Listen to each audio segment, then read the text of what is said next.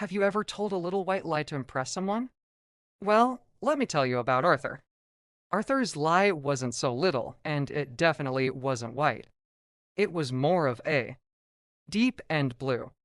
Picture this: a swanky rooftop party, city lights twinkling below, and Arthur, holding a glass of something bubbly he can't pronounce, trying to fit in.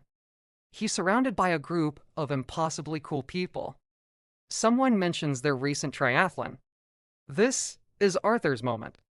He puffs out his chest and says, with the confidence of a man who has definitely not spent the last decade avoiding large bodies of water, "Ah, swimming.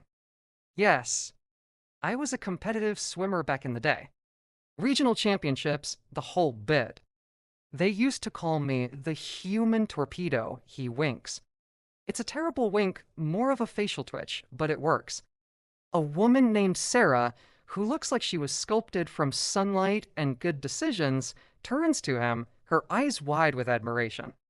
"No way. A real-life human torpedo? You have to come to my pool party next weekend." It's super exclusive. Arthur's heart does a triple backflip with a twist, and not in a good way. His brain screams, abort mission. But his mouth, a traitorous fool, says, "I'd love to. Can't wait to." You know. Torpedo around, he gives another one of those twitchy winks. Sarah smiles, jots down her number, and floats away, leaving Arthur in a cold sweat. He had just torpedoed himself into a situation he couldn't swim out of. Literally. Because Arthur, our former competitive swimmer, couldn't swim. At all. He could barely handle a bath without feeling a mild sense of panic. The next few days were a blur of desperation. Arthur's apartment became a makeshift aquatic training center. His first stop? The vast ocean of knowledge that is YouTube. He typed in how to swim fast like pro in 3 days. The search results were optimistic. He propped his laptop on the toilet seat and attempted to follow along from the only body of water he had access to, his bathtub. He'd lie there in 6 inches of lukewarm water, furiously kicking his legs and splashing water all over the bathroom. Engage the core. Streamline the body. He'd grunt, mimicking the chiseled instructor on the screen. He tried practicing his breathing by sticking his face into the water and blowing bubbles, which mostly resulted in him snorting a gallon of water up his nose. His downstairs neighbor, Mrs. Higgins, banged on the ceiling with a broomstick, probably thinking he was wrestling a wild animal. In a way, he was. The animal was his own colossal stupidity. By the time the day of the party arrived, Arthur was not a swimmer. He was, however, exceptionally good at making his bathroom floor slippery. He put on his fanciest swim trunks, a bold Hawaiian print that screamed, "I am confident near water," and drove to Sarah's mansion, his stomach doing more flip-flops than an entire gymnastics team. The party was everything he feared and more. It was like a scene from a movie. A shimmering turquoise pool was the centerpiece, surrounded by beautiful people lounging on inflatable swans and flamingos. Music was playing, champagne was flowing, and everyone looked like they were born with gills. Arthur's strategy was simple: avoid the water. He spent the first hour glued to the snack table, employing a series of increasingly bizarre excuses. When Sarah urged him to jump in, he squinted at the pool with a serious expression.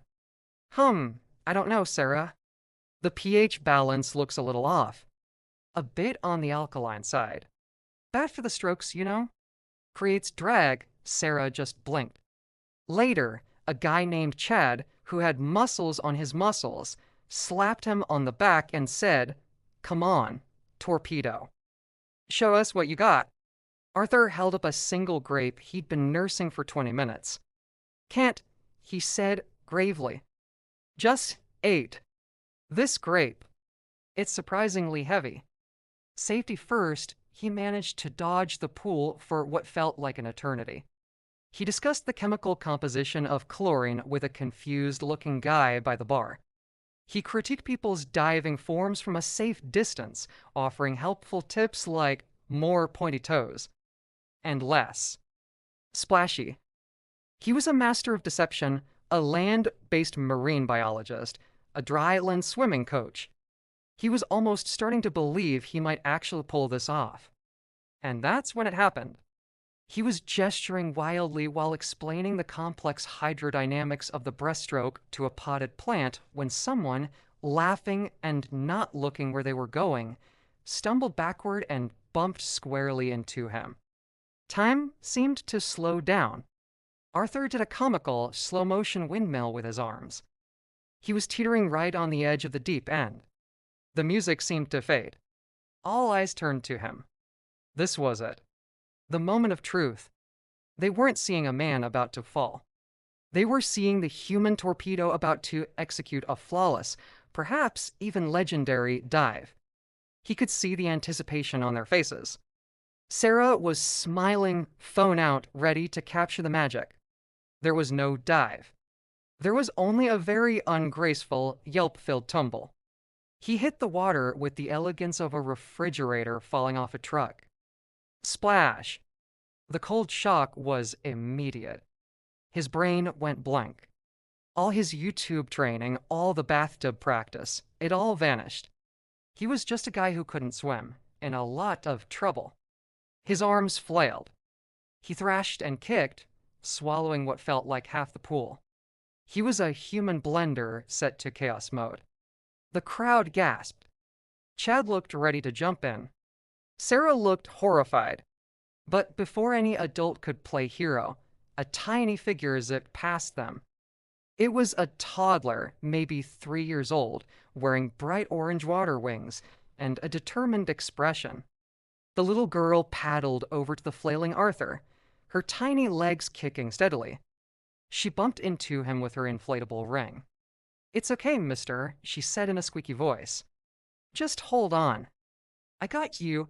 A profound silence fell over the party as this tiny lifeguard calmly towed the spluttering 6-foot human torpedo to the shallow end. Arthur coughed up water, his hair plastered to his forehead, his fancy swim trunks now looking utterly ridiculous. He clung to the side of the pool, defeated and dripping. He looked up at the sea of stunned faces staring down at him. There was no escaping it now. He took a deep, shuddering breath. "Okay," he said, his voice hoarse. "So, I can't swim. I've never been a competitive swimmer. The closest I've come to a regional championship is the regional finals of a hot dog eating contest. I wanted to impress you guys." He waited for the laughter, the pointing, the humiliation. But instead, after a moment of silence, a single giggle broke the tension. Then another. Soon, the entire party was roaring with laughter. But it wasn't mean-spirited. It was warm, genuine laughter. Chad was howling, slapping his knee. Sarah was covering her mouth, her shoulders shaking with amusement. She knelt at the edge of the pool. "You were saved by a toddler in floaties?" she asked, tears of laughter streaming down her face. Arthur nodded sheepishly. "Her name is Lily.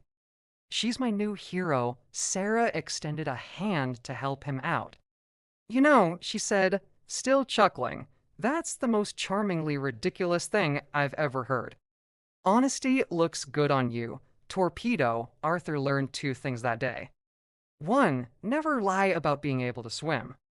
And 2, sometimes the most impressive thing you can be is yourself, even if yourself is a guy who gets rescued from the deep end by a 3-year-old. And you know what? He even got a real swimming lesson out of it the next week. From Lily, of course. Thanks for watching. If you enjoyed Arthur's splashy disaster, make sure to hit that like button and subscribe for more stories. See you next time.